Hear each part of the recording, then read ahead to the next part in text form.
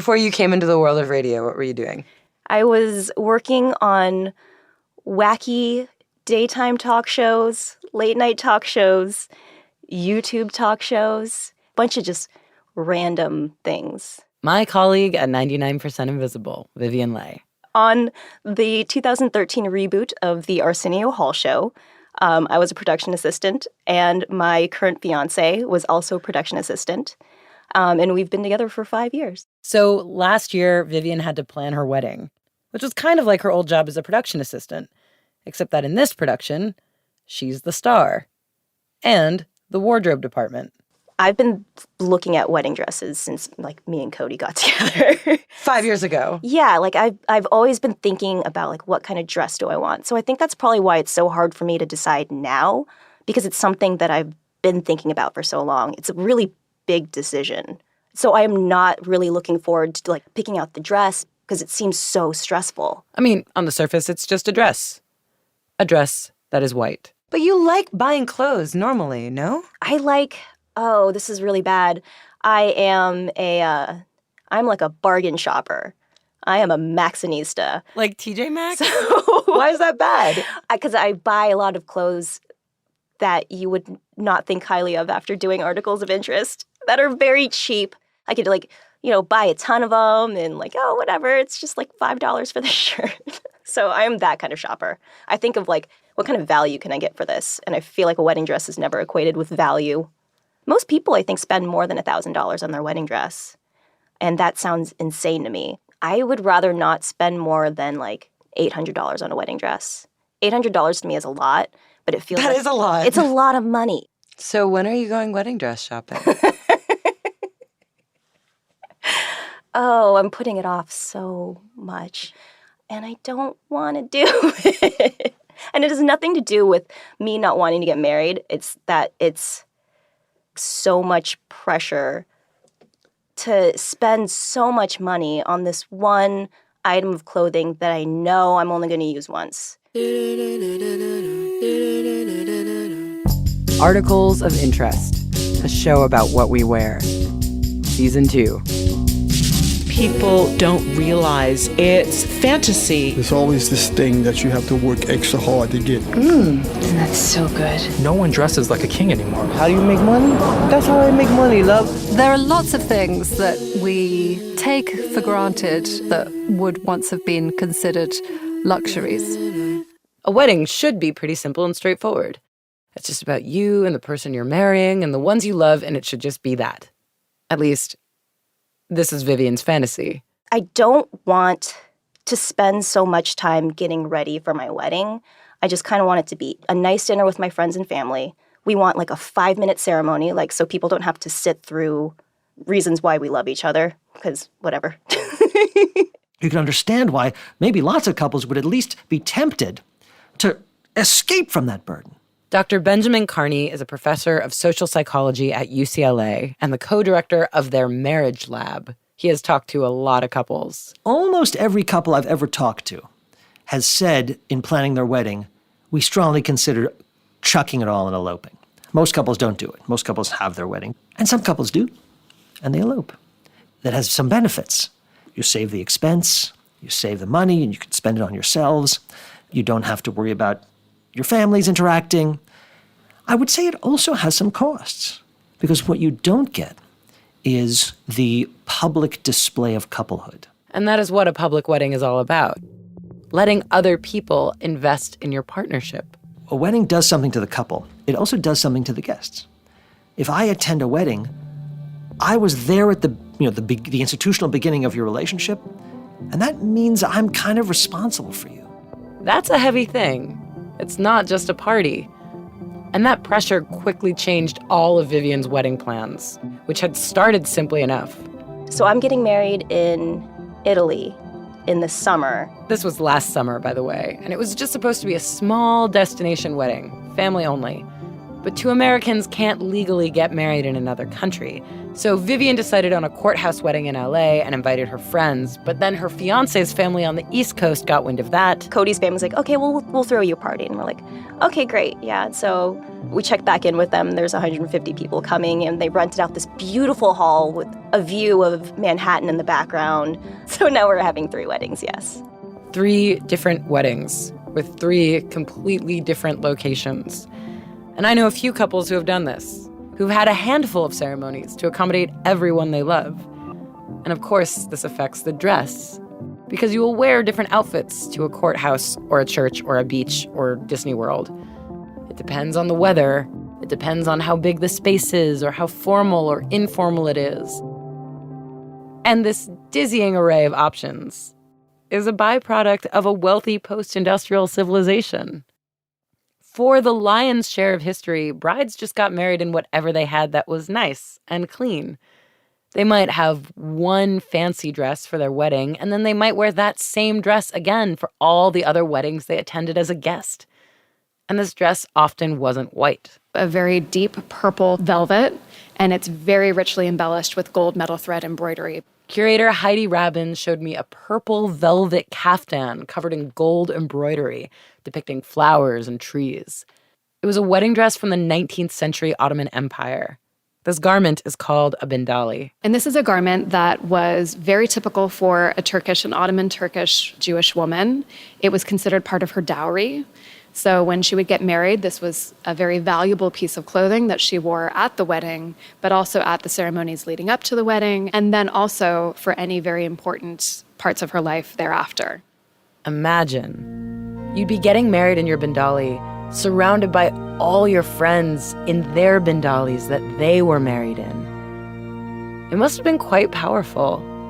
It would be like being accepted into a coven, or like a robing ceremony for an academic or a judge. Yeah, I think it's about welcoming someone into a community. Heidi is the senior curator at the Contemporary Jewish Museum in San Francisco. Last year, they hosted a show called Veiled Meanings, which displayed some wedding dresses from across the Jewish diaspora, which is to say, from across the world. Primarily from the Middle East, North Africa, and Central Asia. And a lot of these wedding clothes from this huge cross-section of the globe were worn multiple times, or at least twice. This garment was actually a burial shroud. Heidi showed me this caftan-like tunic made of linen. And the burial shroud would be worn during the wedding from both men and women. And it was a way of reminding people at this very important moment in their lives of their mortality. So on the 2 most significant days of your adult existence, you'd be wearing the same thing. This was common in several different parts of the world, and in the Jewish faith in particular. Of course, now each wedding dress is a decidedly one-time thing. And it's not a community dress. The bride wears white, and usually she's the only one wearing white. It is all about her one dress on this one day. And sure enough, the exhibit at the Contemporary Jewish Museum, like a lot of fashion runway shows, and like this podcast series, ends with a big white wedding dress as a finale. To reflect on this trend of wedding dresses being white. Note how Heidi called it a trend. Yes, white has been a marker of maidenhood and virginity for centuries, but the white wedding dress trend began when Queen Victoria married Prince Albert in 1840. She wore white. And 14 years later, in 1854, Queen Victoria and Prince Albert staged a reenactment of their wedding so they could be photographed. Images of Queen Victoria's white dress circulated throughout the colonies in a way few images could. Her empire extended very long and very wide, and so the trend of wedding dresses beginning to be white, starting with her, really pervaded all over the world following that moment. It's a simple origin story, and simultaneously a massive and complicated one.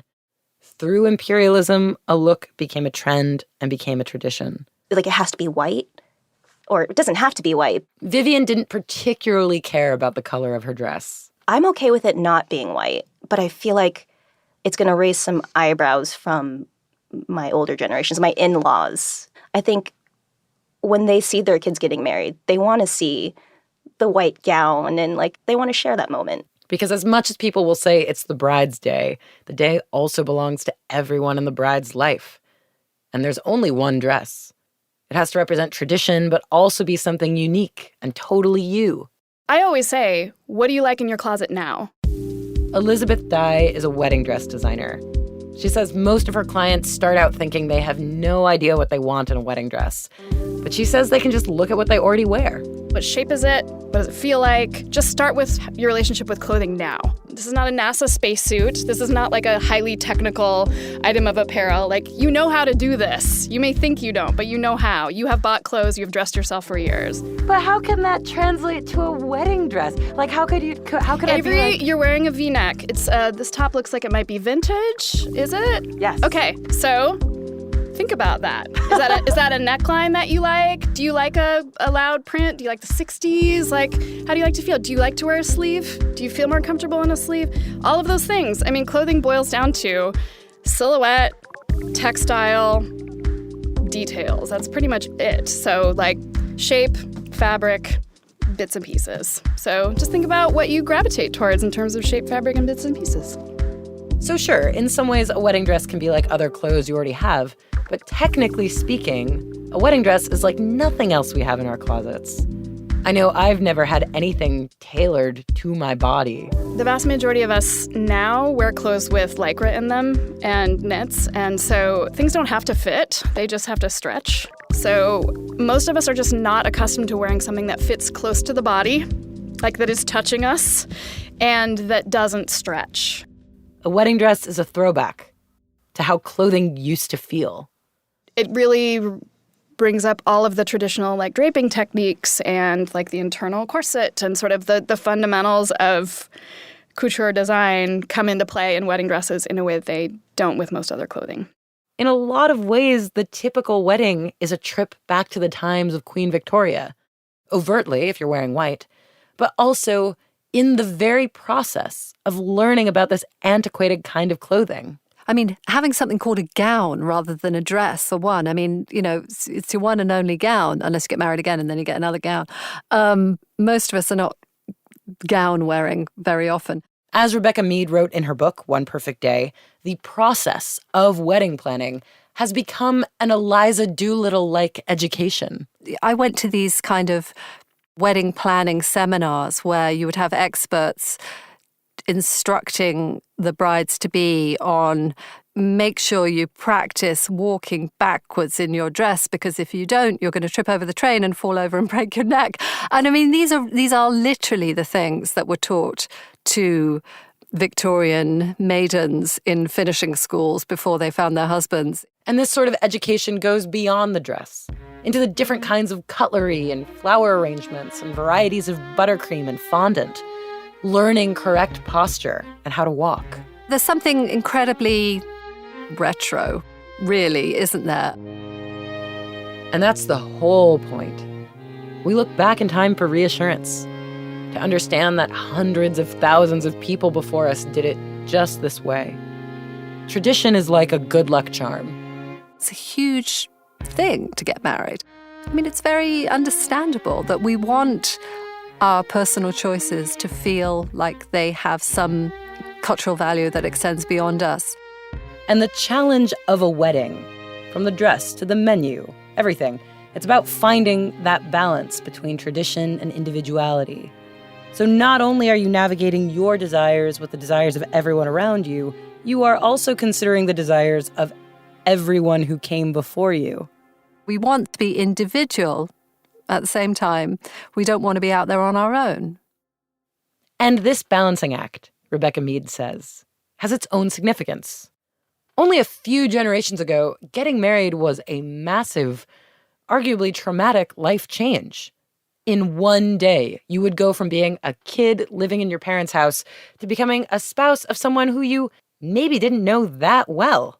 And now, when a lot of couples already live together and know all there is to know about each other, we replicate that change, that major feeling of transition, in the act of planning the wedding.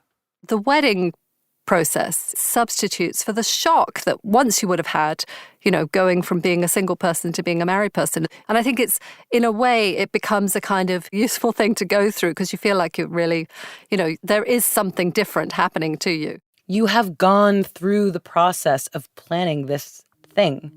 You've learned about floral arrangements and venue rentals. You've gone through low-stakes simulations of trials and tribulations. And in this way, the ordeal of finding a wedding gown is particularly symbolic.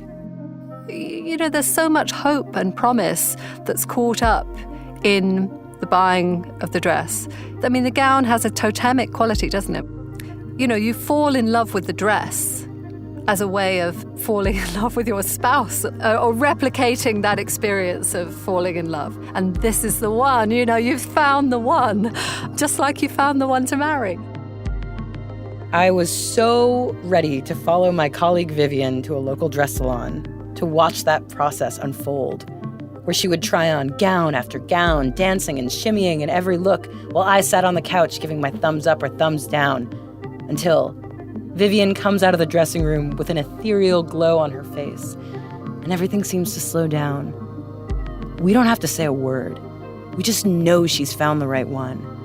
The sales attendants clasp their hands over their mouths, and suddenly I'm crying, and Vivian is crying. We're all crying. And in this moment, we all truly understand the gravity of what Vivian is about to do. And we burst out in applause. But I don't have this moment on tape.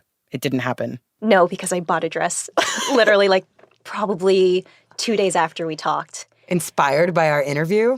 A little bit. Like, I think after we talked, I kind of wanted to get it done. So I went online. I just Googled around. Vivian showed me a picture of a long, white, off-the-shoulder dress, very sleek. No lace or embellishment at all. It's not poofy at all. It's just kind of a sleek material. So, how much was your dress? If I can ask. Yeah, no, you could tell. I'll tell you. It was $100. No. Yeah. What? It was $100. Is it nice? It's nice. It's not see-through. It might catch on fire in the sunlight. I haven't tried it on in sunlight yet. But I like it. And in a weird way, Viv is following Elizabeth's advice. She picked out a wedding dress the same way she picks out the other clothes in her wardrobe. She found a bargain. The Maxinista in me wins again. And it's very much in Vivian's minimal, sleek style. But it's also clearly a wedding dress. It's white, and it's not something Viv could just wear a second time without significant alterations. I think this is definitely the kind of cut and fit that if I wanted to dye it and wear it to something else, I totally could do that. It turns out this is a common fantasy about wedding dresses. I get asked quite often, could I just shorten this dress later if I want to wear it again, or could I dye it? Elizabeth Dye, the wedding dress designer. My last name is Dye. So if you want to dye a wedding dress and you Google dye wedding dress, I come right up. And the answer to the question of should you dye your wedding dress is no. Don't dye your wedding dress. The chances of you ruining it are like 95%. Even if you send it out to get it dyed professionally, it's tough because most garments are made of more than one textile, and they all take dyes differently, and often it comes out unevenly. Dye can also shrink garments. Just generally, it's a rough thing to put your dress through. I'm glad you told me that now, before I threw it in a bucket with some, food coloring. Oh, yeah, no. I have done that before with shorts.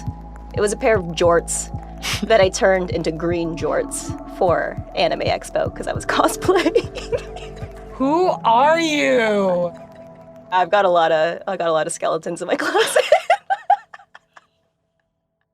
So, if you can't dye and re-wear your dress, lots of brides are opting to do something unprecedented in the long history of wedding dresses.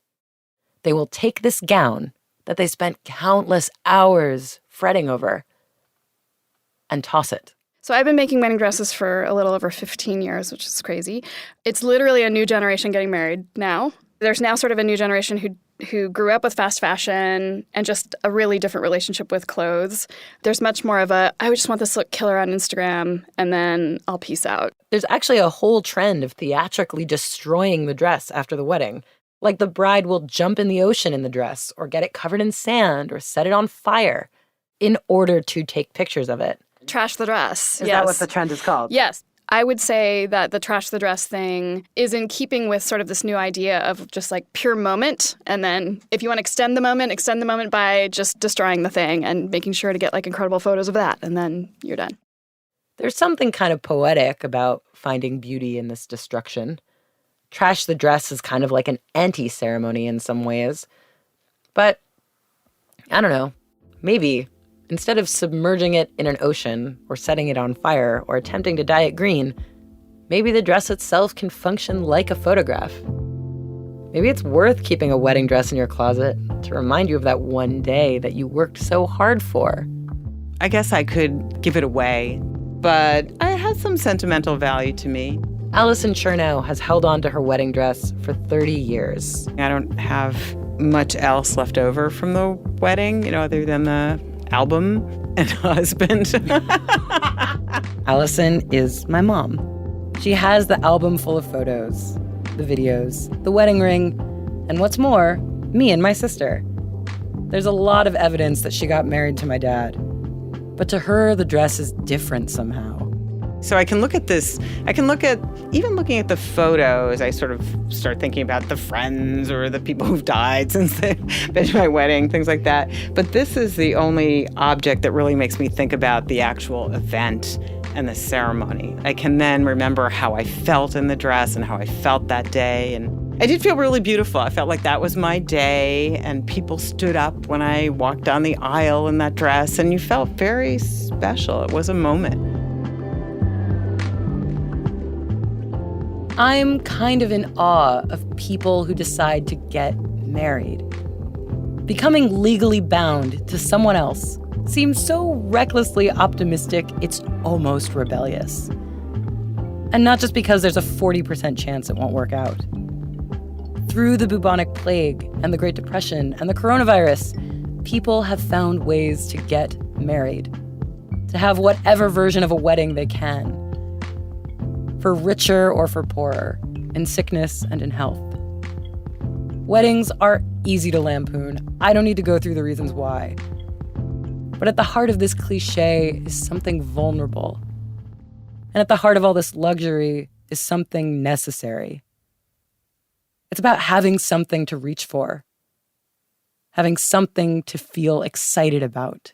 It actually is a special day. Like, I was kind of avoiding coming to terms with that it's a special day, that people want to be happy for you. The wedding dress became an afterthought after having experienced, being around family and getting to live these 3 very distinct weddings. Vivian had her weddings. The Italian getaway with the sleek off-the-shoulder dress. And it was perfect. The courthouse in Los Angeles. I got like a $40 dress, so that was fine. And the big family gathering in New York. Thin-strapped, floor-length, lacy. And I've seen a million girls with, the same exact wedding dress, and it didn't bother me. And then suddenly, all that energy and anxiety that went into the dresses went away. It was like Cinderella's carriage turning back into a pumpkin. The dresses are just dresses. I could let it go, I feel like. Yeah? Yeah, I think so. I don't know. I think we keep too much stuff, Like, I don't want to end up hoarding all these clothes. Really? Maybe. You'd be okay with not having any?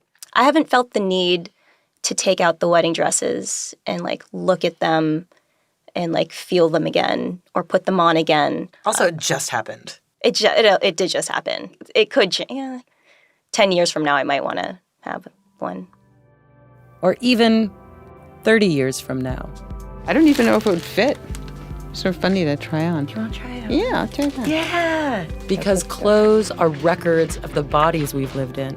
We are like snakes who shed our skins and acquire new ones as we age. Oh, I remember this. The waist is so narrow. But sometimes it's nice, in the churn of our clothes, to let something last.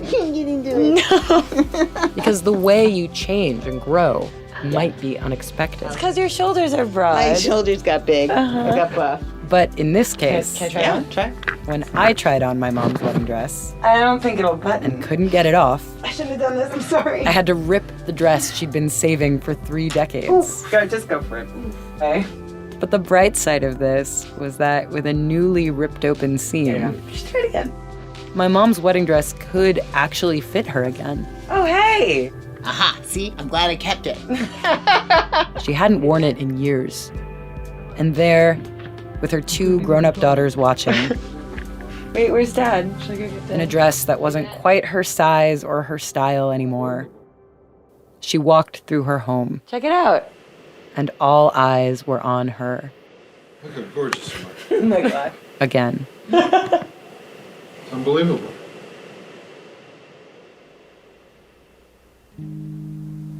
A pocket, a piece of paper, words from yesterday. There's a portrait painted on the things we love. The raincoat with a hidden story, wrinkled on display. A pattern like an ancient message, language stowed away. There's a picture printed on the things we love.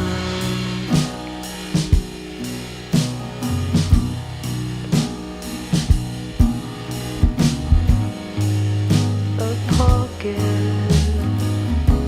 a piece of paper, words from yesterday.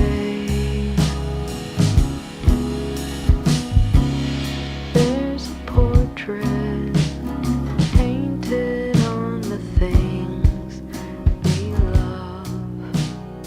Articles of Interest was written and performed by Avery Trufelman. Edited by Chris Berube with additional edits by Emmett Fitzgerald and Joe Rosenberg. Scored by Ray Royal and Sean Real with additional music by Jason Jha.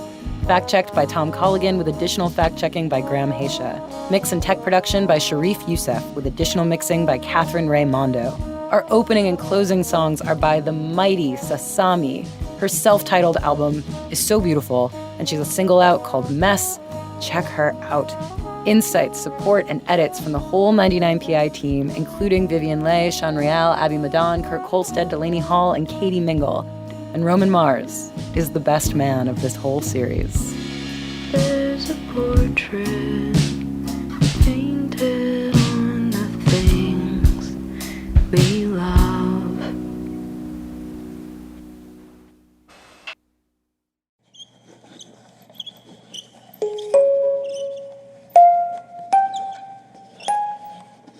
And that's it.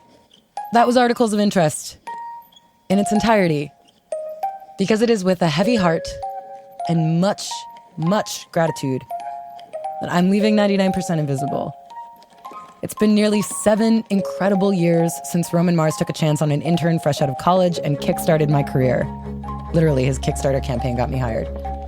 And 99% Invisible hasn't just shaped the way I make radio, it's changed my philosophy on the built environment and the things people make and use.